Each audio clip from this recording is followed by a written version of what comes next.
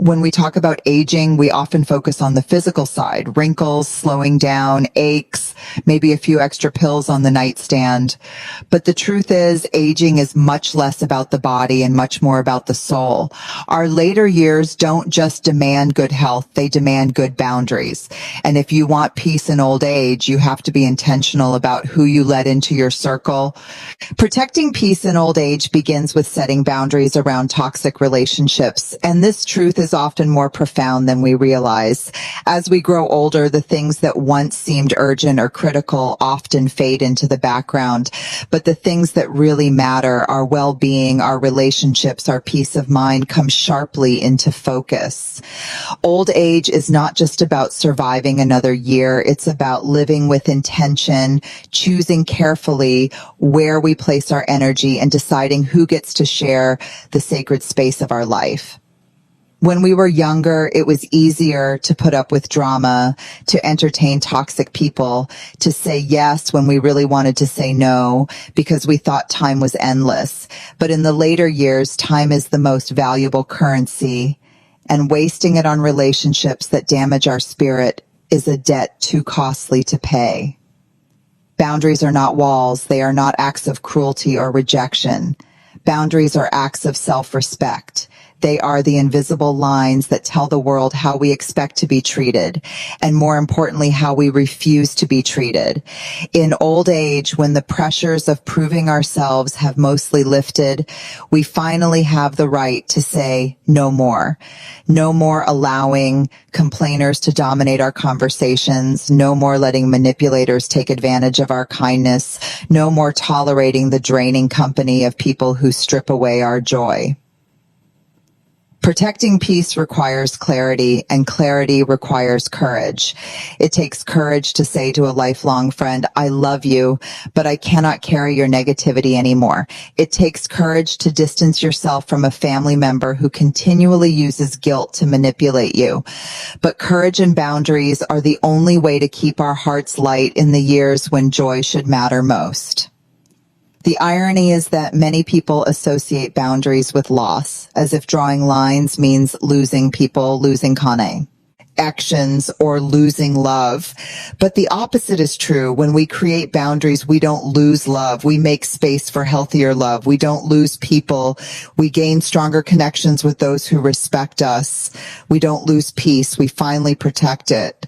The relationships that survive the boundaries you set are the ones worth keeping. The ones that fall away were never truly nourishing in the first place.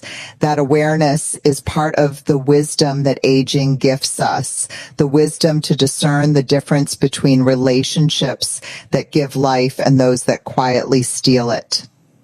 Protecting peace also means recognizing how much emotional energy we have left to give. When we were in our 20s or 30s, it felt like we had endless reserves of patience, energy, and resilience. But as we grow older, energy becomes precious. Every phone call, every visit, every conversation either adds to our well-being or takes away from it. If we spend our time with people who leave us drained, bitter, or discouraged, we are spending the most valuable years of our life in poverty of spirit. But when we choose to surround ourselves with those who bring light, kindness, and respect, every encounter becomes a reminder that joy is still possible, growth is still possible, and peace is still possible even in the later chapters of life. Setting boundaries is not only about who we avoid, but also about who we allow in. Protecting peace requires replacing toxicity with nourishment, replacing manipulation with honesty, replacing gossip with meaningful conversations, replacing negativity with hope. It requires us to make deliberate choices about where to invest our limited time and energy.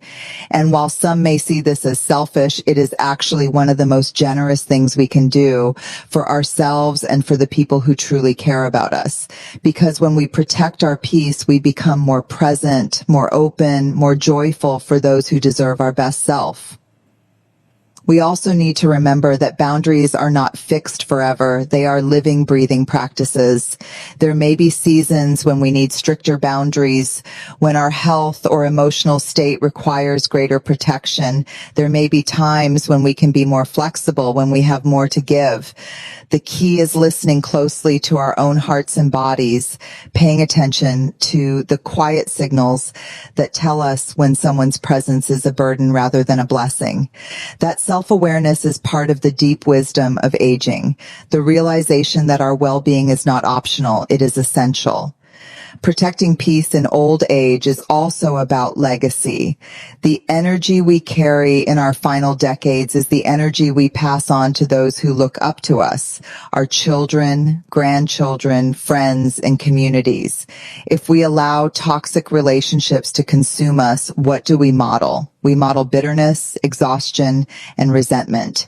But if we show that we can create healthy boundaries, that we can choose joy, that we can prioritize peace, then we leave behind a legacy of strength, wisdom, and dignity. We show the generations after us that it's never too late to protect your soul, never too late to choose peace over chaos, never too late to guard your joy fiercely. Protecting peace is the most radical form of self-care we can give ourselves in old age. It is not about isolating. It is about curating. It is not about shutting out love. It is about shutting out harm. It is not about rejecting people. It is about rejecting toxicity. It is about creating a circle so intentional and so nurturing that every day feels lighter, every conversation feels meaningful, and every moment feels like a step closer to peace. And that is why setting boundaries with toxic people is not only necessary, but sacred. Because at this stage of life, peace is not a luxury. It is the foundation on which the rest of our years must rest. Avoiding complainers, manipulators, gossips, pessimists, selfish takers, disrespectful people, and dream killers may sound like an impossible task at first because life naturally brings us into contact with all kinds of personalities. But as the years pass, the ability to filter and choose becomes a necessity rather than a luxury. Each one of these types of people represents a weight, a form of emotional taxation that erodes peace, steals joy, and makes the journey of aging harder than it has to be. In younger years, many tolerate these personalities out of politeness, fear of confrontation, or the belief that endurance is a sign of loyalty. But old age gives us a new lens. It teaches us that loyalty should never come at the cost of our well-being, that politeness should not mean permission to be drained, and that endurance is not noble when it keeps us stuck in environments that diminish our spirit.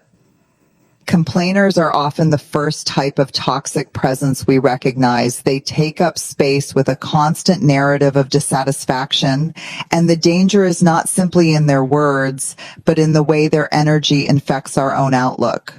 Spending time with a complainer makes even the most beautiful day feel dull because their focus on what's wrong blinds everyone to what's right. If left unchecked, their negativity seeps into our thinking, making it harder to practice gratitude and joy, which are vital in the later stages of life. Protecting our peace means refusing to carry their heavy lens of the world, no matter how long we've known them or how much they insist that complaining is harmless. Manipulators are harder to spot, but their impact is often more destructive. They use guilt, obligation, and emotional tricks to get what they want. They make you feel that you owe them your time, your money, or your energy, and if you say no, they twist it to make you feel selfish or and kind. In old age, when resources become more precious and energy more limited, manipulators can be particularly dangerous because they exploit vulnerability. Recognizing their patterns and stepping away from their influence is not only wise, but life-saving for your spirit. Then there are gossips. They thrive on other people's lives, spinning stories, whispering rumors, and feeding off drama. Being around them creates an environment of distrust and superficiality. Conversations with gossips rarely build you up. They almost always drag you into a cycle of suspicion and judgment. At an age where relationships should be grounded in authenticity, depth, and shared wisdom, gossip feels shallow and exhausting. Avoiding gossips is not about arrogance or feeling better than others. It is about choosing integrity and refusing to participate in conversations that rob others of dignity. Pessimists are slightly different from complainers because instead of only criticizing what is, they forecast a bleak future. They tell you why your dreams won't work, why your health will decline, why joy is temporary, and why effort is pointless. Their worldview is a cage, and if you listen long enough, you may begin to believe that your best years are behind you. But one of the greatest truths of aging is that new beginnings are always possible, whether it's a new friendship, a new hobby, or a new dream.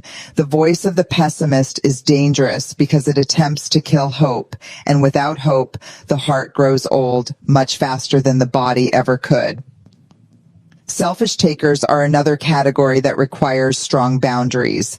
These are people who only show up when they need something, who measure relationships by what they can get rather than what they can give. Their pattern is often disguised as friendliness, but over time, it becomes clear that their investment in you is transactional. In old age, giving endlessly without receiving in return leaves you empty, and emptiness in the soul is one of the greatest risks to health and happiness. Relationships should be reciprocal, even if not perfectly balanced, and anyone who consistently drains without giving is someone who does not belong in your sacred circle. Disrespectful people may not always be loud or aggressive, but their disregard can be felt in small dismissive comments, in overlooking your wisdom, in treating your years as irrelevance instead of honor. Respect is a basic human need, and in the later decades of life, it becomes even more critical because it affirms the value of your journey and the dignity of your presence. When people disregard or demean you, they are not just being unkind, they are diminishing your humanity. Choosing not to tolerate disrespect is not pride, it is self-preservation, a declarati on that your age is not a weakness, but a badge of experience.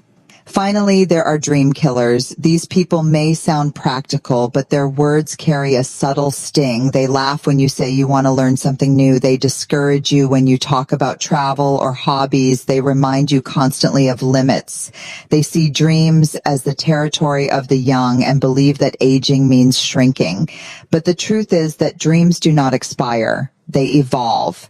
In fact, the courage to dream in later life is one of the most beautiful rebellions against time. Dream killers try to clip wings that still want to fly, and avoiding them is essential to living fully, no matter what your age. Every one of these 7 types of people represents a different form of theft: theft of joy, theft of energy, theft of dignity, theft of possibility. To avoid them is not to live in bitterness, but to live in wisdom, because peace is not preserved by accident, it is preserved by intention.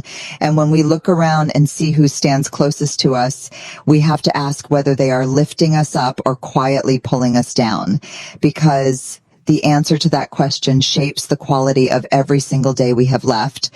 Negative people drain energy, while uplifting company preserves joy and dignity. And this reality becomes more noticeable as the years pass. When we are young, we often believe we have endless reserves of energy, and we spend it freely, sometimes without even realizing where it's going. We surround ourselves with all kinds of people, including those who exhaust us, believing that we can simply push through, recover quickly, and move on. But aging teaches us a deeper truth. Energy is not limitless, and what drains us today may take far longer to recover from tomorrow. This is why it becomes so critical to distinguish between those who pull us down and those who help us rise. Every encounter, every conversation, every shared moment either nourishes us or depletes us, and the difference determines the quality of life in old age. Negative people often carry a heaviness that spills into every room they enter. Their words may be sharp or subtle, but their presence feels burdensome. They bring with them complaints, doubts, criticisms, or cynicism. And even if you start the day with optimism, spending an hour in their company can leave you feeling tired, discouraged, or even hopeless. Over time, these interactions accumulate like small weights added to your shoulders. One by one, they may not seem unbearable, but together they form a load that drags down your spirit. Energy in old age should be conserved for joy, creativity, meaningful connections, and simple pleasures, not squandered on surviving toxic conversations or enduring the bitterness of others. By contrast, uplifting company brings a kind of invisible medicine that no pill can match. Being around people who laugh easily, who see possibilities instead of limitations, who notice beauty in small things, has a profound effect on the body and the soul. These people don't necessarily deny hardships or pretend that aging isn't real. They simply choose to focus on what makes life worth living. They remind us that gratitude is powerful, that kindness is healing, and that dignity is maintained not by ignoring struggles, but by facing them with courage and grace. In their company, your energy feels multiplied instead of drained, your outlook feels brighter instead of heavier, and your spirit feels younger even if your body moves slower. What makes the difference is not just the words people speak, but the emotional energy they carry. Science tells us that emotions are contagious, that we unconsciously absorb the moods of the people we interact with. Spend enough time with someone angry and you will feel anger rising in yourself. Spend enough time with someone joyful and joy begins to flow through you too. This is why curating your circle in old age is not just a matter of preference. It is a matter of health. Negative energy can increase stress, weaken resilience, and even worsen physical conditions, while positive energy has been shown to improve immune function, reduce stress, and enhance overall well-being. The people you allow close to you literally affect the state of your body, mind, and soul. There is also an element of dignity involved in this choice. Negative people often treat life as a burden, and in their shadow, you may start to feel that your own existence is smaller, less meaningful, or less joyful than it truly is. Uplifting people, however, treat you with respect, valuing your wisdom, cherishing your presence, and affirming that your journey still has purpose. Dignity in old age is not just about how you carry yourself, but about being surrounded by people who reflect your worth back to you. When you are treated with kindness, respect, and appreciation, you stand taller, speak with more confidence, and live with greater courage. When you are treated with disregard, criticism, or constant negativity, your dignity feels quietly eroded, leaving you more vulnerable to loneliness, despair, or resignation.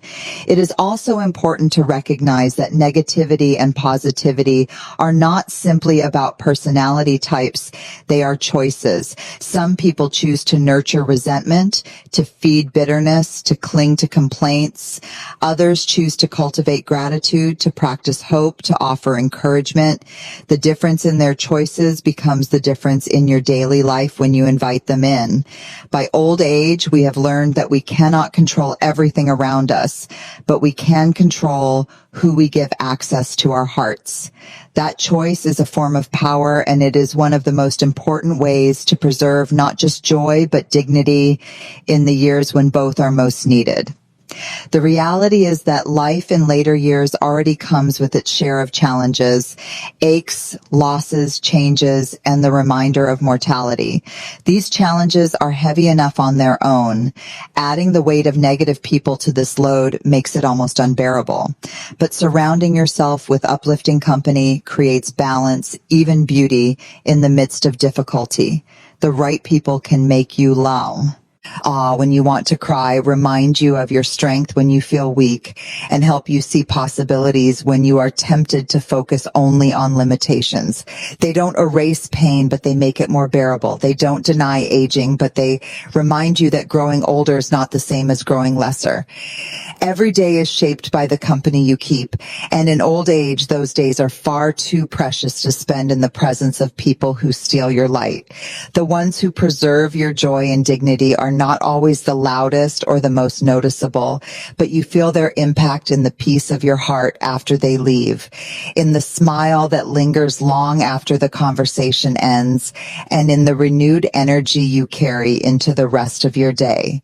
Choosing them over those who drain you is not only wise, it is a declaration that the years you have left will not be wasted in the shadows of negativity, but lived in the presence of light. Old age requires intentional relationships that bring respect, truth, and hope, because at this stage of life, every interaction has a deeper impact than it did before. In earlier years, it was easier to dismiss disrespect, easier to tolerate dishonesty, easier to endure hopelessness, because life seemed endless and the energy to recover from disappointment felt abundant. But as the years advance, there is less tolerance for what drains the spirit and greater hunger for what nourishes it. Relationships in old age must be chosen with care, not because the heart grows smaller, but because wisdom teaches us that peace is not possible without discernment. Respect, truth, and hope are not luxuries in later years. They are necessities, the foundation of a life that still feels meaningful and whole. Respect is often underestimated, yet its absence is one of the most painful experiences of aging. In a world that tends to glorify youth, it is too easy for older people to feel invisible or dismissed, as if years of living, working, and giving have somehow lost their value. Disrespect can appear in small ways, being spoken over in conversation, being patronized with condescending tones, or being ignored when wisdom is offered. Each of these moments chips away at dignity, and over time, the weight of feeling unseen or undervalued can create loneliness deeper than physical isolation. This is why relationships grounded in respect are essential in old age. To be respected is to be acknowledged, to be listened to be honored for the journey traveled and the lessons learned. Respect is not about agreeing with everything or treating elders as flawless. It is about recognizing their humanity, their worth, and their continuing place at the table of life. Without respect, relationships become toxic. With respect, they become healing. Truth is another pillar that cannot be compromised. In younger years, people often tolerate lies, half-truths, and manipulations in the name of keeping the peace or avoiding conflict. But old age brings clarity about the cost of dishonesty. Lies, even small ones, create fractures in trust, and trust is the very fabric of meaningful connection. When people lie, they communicate that they do not value us enough to be real, that they prefer illusion over authenticity. In later life, illusions hold no comfort. They only steal precious time. Relationships built on truth, however, bring freedom. They allow for honest conversations about fears, about hopes, about health, about dreams. Truth may be uncomfortable, but it is always cleaner, always kinder, always more freeing than deceit. When you are surrounded by people who speak truth, even hard truth, you are surrounded by people who respect your strength, who believe you can handle reality, and who honor you with the dignity of transparency. Hope is the third element, and perhaps the most essential. Old age can easily become a season where losses feel more visible than gains, friends pass away, physical strength declines, roles change, and the sense of control over life sometimes weakens. In this context, relationships that nurture hope become lifelines. Hope is not about denying the realities of aging, but about remembering that even in this season, life still holds beauty, growth, and possibility. People who bring hope remind you that tomorrow is still worth looking forward to, that joy can still be found in simple pleasures, and that dreams do not expire simply because years have passed. Hope-filled relationships prevent the soul from collapsing under the weight of inevitability, reminding us that while the body ages, the spirit can remain vibrant and young. Intentional relationships means saying no to what does not serve these values and yes to what does. They require choices. Choosing to step back from people who diminish respect, distort truth, or destroy hope may feel difficult, especially if those people have been part of your life for a long time. But intentionality demands courage. Every no to the wrong kind of relationship creates space for a yes to the right one. In these later years, when time feels shorter, such decisions are not selfish but sacred acts of self-preservation. Being intentional also means reflecting on your own role in relationships. Respect, truth, and hope are not only what we should receive, but also what we should give. To cultivate relationships that nurture dignity, we must also bring dignity to others. To maintain bonds of truth, we must also practice honesty ourselves. To inspire hope, we must speak words that uplift, encourage, and remind others of possibility. Old age gives us the chance to model these values, to become the kind of uplifting presence that we ourselves need, to give back what we seek. In doing so, we not only attract the right relationships, but strengthen the ones that matter most. Ultimately, intentional relationships in old age act like a shield. They protect us from bitterness, despair, and isolation, not by denying the hardships of life, but by facing them together with respect, truth, and hope as guiding lights. They turn ordinary days into meaningful ones and transform the final chapters of life into stories worth telling. Relationships chosen with intention are proof that even in the later years, life is not about what you lose, but about what you preserve, what you nurture, and what you choose to carry with you into every moment that remains. Choosing the right circle allows freedom, peace, and the ability to keep dreaming, and this choice becomes more vital with each passing year. In youth, circles of friends and acquaintances are often wide, filled with people from school, work, neighborhoods, or shared interests. There is a tendency to let anyone in, to experiment with different personalities, to tolerate unhealthy dynamics because there is always the belief that time will sort things out. But as the decades roll forward, the truth becomes clearer. The people closest to us are not just companions. They are influences that shape how we think, how we feel, and how we live. In old age, there is little room for casual neglect in this area because the quality of your circle becomes the quality of your days. Freedom, peace, and dreams are fragile treasures, and they are preserved or destroyed by the company you keep. Freedom in relationships means you are not bound by fear, manipulation, or guilt. The wrong circle keeps you walking on eggshells, measuring your words, or feeling obligated in ways that suffocate your spirit. In such environments, you may find yourself avoiding honesty, suppressing joy, or shrinking who you are just to maintain false harmony. That is not freedom. It is captivity in the disguise of connection. The right circle, however, is one where you can be fully yourself without apology. It is a place where your voice matters, where your feelings are heard, and where your choices are respected. In that freedom, you find space to breathe, to grow, and to embrace this stage of life with authenticity. Peace is another gift that flows directly from the people you choose to keep around you. Toxic relationships disturb peace by stirring up conflict, drama, or endless complaints. They turn simple moments into battles, robbing you of rest in your own heart. Without peace, old age feels heavier than it needs to be because the emotional strain compounds the physical challenges that naturally arise. The right circle, by contrast, becomes a sanctuary. These are the people whose presence calms rather than agitates, who bring lightness rather than weight, who remind you that life is still good and worth cherishing. Peace does not come from the absence of challenges, but from the presence of people who handle them with grace, kindness, and understanding. Surrounding yourself with those who protect your peace allows you to approach aging not as a burden, but as a season of wisdom, gentleness, and meaning. Perhaps the most underestimated part of choosing the right circle is how it sustains your ability to keep dreaming. There is a myth that dreams belong only to the young, that once you reach a certain age, life becomes only about looking back instead of looking forward.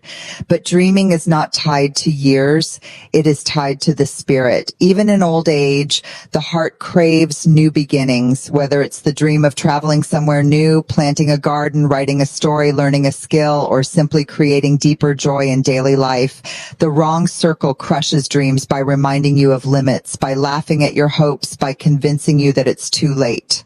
The right circle nurtures dreams by encouraging you, by celebrating your courage to try, and by reminding you that possibility still exists no matter your age. Dreams in old age are not about proving yourself to the world, but about keeping your soul alive, and the right circle protects that fire from ever being extinguished. There is also something deeply empowering about realizing that you have the right to choose who belongs in your circle. Old age teaches that not everyone who starts with you is meant to finish with you. Some people were companions for a season, and letting them go does not mean failure, it means growth. Choosing the right circle requires courage to step back from relationships that no longer serve your well-being and wisdom to invite in those who honor your journey. It is about curating, not just accepting. By choosing carefully, you reclaim power over your own emotional landscape and write the story of your later years with intention rather than chance. This choice also reflects back into your own being. The right circle not only influences you, but draws out the best version of you. When you are surrounded by respect, you carry yourself with more dignity. When you are surrounded by encouragement, you take bolder steps. When you are surrounded by kindness, you respond with kindness of your own. In this way, the circle you choose becomes a mirror, reflecting back the values you hold dear and amplifying the qualities that make your life meaningful. The wrong circle, however, reflects fear, bitterness, or despair, slowly eroding your own spirit. Choosing wisely is not only about who they are, but about who you become when you are with them. In the end, freedom, peace, and dreams are not abstract ideals. They are daily experiences shaped by relationships. They determine how you wake up in the morning, how you move through the day, and how you rest at night. The right circle multiplies these experiences, creating a rhythm of life that feels lighter, more joyful, and more purposeful. And though aging brings inevitable challenges, with the right people around you, those challenges never have the final word. Your circle becomes the cushion that softens the falls, the chorus too. Hat celebrates the victories, and the anchor that steadies you through storms. Choosing them is not only wise, but essential for making the later years not just years of survival, but years of true living. In old age, the quality of our lives is no longer defined by how fast we move, how much we achieve, or how much we accumulate, but by the peace we protect, the dignity we preserve, and the joy we allow ourselves to experience. Avoiding the wrong people is not an act of cruelty, but an act of wisdom, because complainers, manipulators, gossips, pessimists, selfish takers, disrespectful voices, and dream killers will only drain what is most precious in these years. Choosing the right circle is about more than companionship. It is about freedom, truth, respect, and hope. It is about surrounding ourselves with people who remind us that even as the body ages, the heart can stay young, the spirit can remain light, and the soul can keep dreaming. Old age is not a time to carry the weight of toxic relationships, but a time to rise above them, to live with clarity, and to spend our remaining days with those who honor our journey and celebrate our presence. In the end, peace is the greatest gift we can give ourselves, and protecting it is the key to living these years, not with regret, but with courage, joy, and quiet strength.